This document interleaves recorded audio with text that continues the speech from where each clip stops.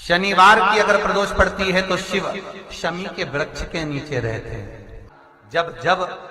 जिस जिस महीने में जो जो प्रदोष पड़ा करे, जब प्रदोष पड़े, बन सके 1 बेलपत्र, बन सके 5 बेलपत्र, शमी पत्र, हरे मुंह, हरा मुंह, बेलपत्र, एक कलश के अंदर थोड़ा सा पानी लेकर 1 बेलपत्र, हरा मूंग, शमी पत्र डालकर और उसमें थोड़ा सा गुड़ डालकर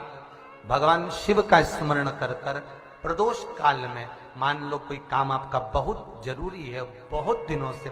आप थक गए हैं, नहीं हो रहा, कर्जा बढ़ रहा है, धन नहीं आ रहा, व्यापार नहीं चढ़ रहा, या कोई समस्या बहुत प्रबल है, कोई एग्जाम में बैठ रहे हो, नहीं हो रहा, परीक्षा भी दे दी है, रिजल्ट आने ही वाला है,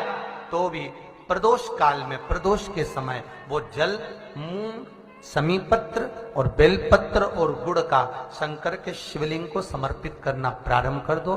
2 या 3 प्रदोष करोगे, बाबा आपकी मनोकामना शीघ्र पूर्ण कर देगा। ध्यान से सुनिए,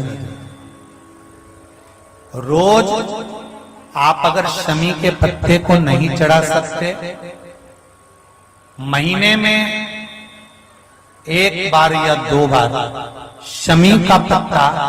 शंकर के ऊपर अवश्य समर्पित करना चाहिए। क्यों? शरीर में अगर कोई बड़ी बीमारी आने वाली होती है तो बाबा उस विष को समाप्त कर देते हैं, मात्र शमी का पत्ता समर्पित कर देते हैं। भले महीने में 2 बार चढ़ाओ, हफ्ते में 1 बार चढ़ाओ, तुम्हारा मन पड़े तो हफ्ते में 2 बार चढ़ाओ। ज्यादा बीमारी है, शमी का पत्ता एक शिवजी के शिवलिंग पर और 1 पत्ता जहां से पानी बहकर नीचे गिरता है ना, जलाधारी में से शिवजी पे जल चढ़ाया, जैसे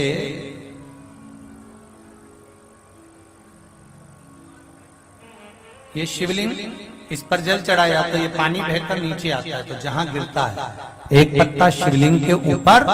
और 1 पत्ता जहां से जल नीचे गिरता है वहां। अगर ज्यादा बीमारी है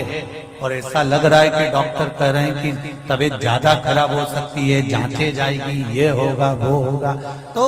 1 पत्ता शमी का ऊपर, 1 पत्ता जलधारी जो बहकर नीचे आती है पर चढ़ाना। शमी का पत्र रोग मुक्ति के लिए जब चढ़ाया जाता है तो भगवान शंकर का अवधूतेश्वर महादेव का नाम लेकर चढ़ाया जाता है। कौन सा महादेव? जम के बोलो जरा, अवधूतेश्वर महादेव का नाम लेकर चढ़ाया जाता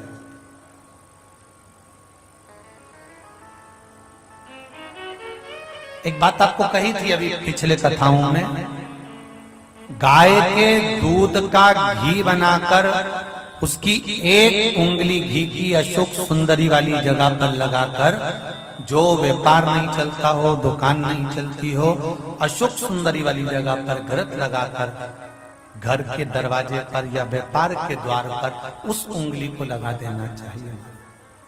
घृत पर होना गाय के घी का। गौमाता शिव पुराण कर रहे हैं,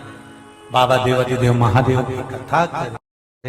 एक शमी का पौधा, बेलपत्री का पौधा, आंवले का पौधा, पीपल का पौधा,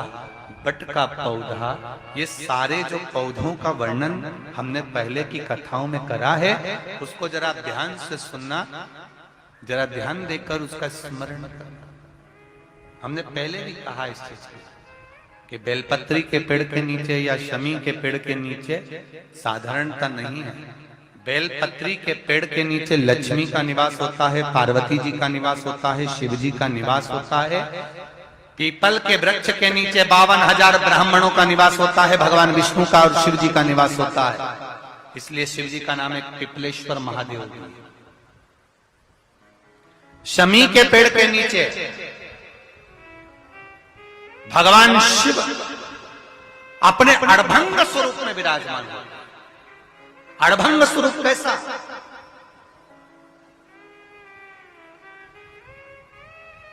हम क्यों कहते हैं कि आप लोगों को भी पहले कहा, शमी का जो पत्ता होता है, देखा है क्या? शमी का जो पत्ता होता है, हम पहले भी कथा में कहा है, जो व्यक्ति मदिरा में डूबा रहता है, नशे में डूबा रहता है, जो व्यक्ति बहुत ज्यादा मात्रा में ये तंबाकू गुटखा या पाउच आदि खाता रहता है और उसका गुटखा पाउच छूटने को ही तैयार नहीं होता, वो बेचारा प्रयास करता है, ऐसा नहीं कि नहीं करता। आजकल के जमाने में तो कितनी बड़ी बड़ी बीमारी होने लगी, कैंसर जैसा रोग होने लगा, तो वो छोड़ना चाहता है, ऐसा नहीं कि नहीं छोड़ना चाहता। हर व्यक्ति चाहता है कि मैं व्यसन को छोड़ दूं, पर थोड़े दिन छूटता है, बाकी वो उस व्यसन में लग जाता है। तो हम पहले भी इस कथा को कहे, शमी के वृक्ष के नीचे शमी के मिट्टी का शिवलिंग बनाकर, शमी के वृक्ष के नीचे शमी की ही मिट्टी का शिवलिंग बनाकर उस पर जो बेलपत्र समर्पित करता है और शमी पत्र समर्पित करता है, वो बेलपत्री को उठाकर ले आता है, शमी पत्र के साथ में शिवलिंग की पूजन करी हुई शिवलिंग का विसर्जन कर देता है। उसी दिन उस बेलपत्र को, लाए हुए बेलपत्र को, जो शमी पेड़ के नीचे पूजन कर कर बनाया गया है, उस बेलपत्र को जो नशा करने वाला व्यक्ति होता है, उसको 3 दिन तक लगातार, पहली पत्ती बीच की, दूसरी पत्ती राइट की, तीसरी पत्ती लेफ्ट की, जो एक एक कर कर 3 दिन तक खिला देता है, 3 या 4 बार अगर प्रयोग कर लिया तो ये निश्चित है दूसरी बार वो नशे में धुत नहीं होगा, ये निश्चित।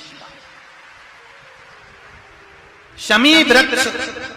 जो शंकर भगवान का अड़भंग स्वरूप जहां विराजमान,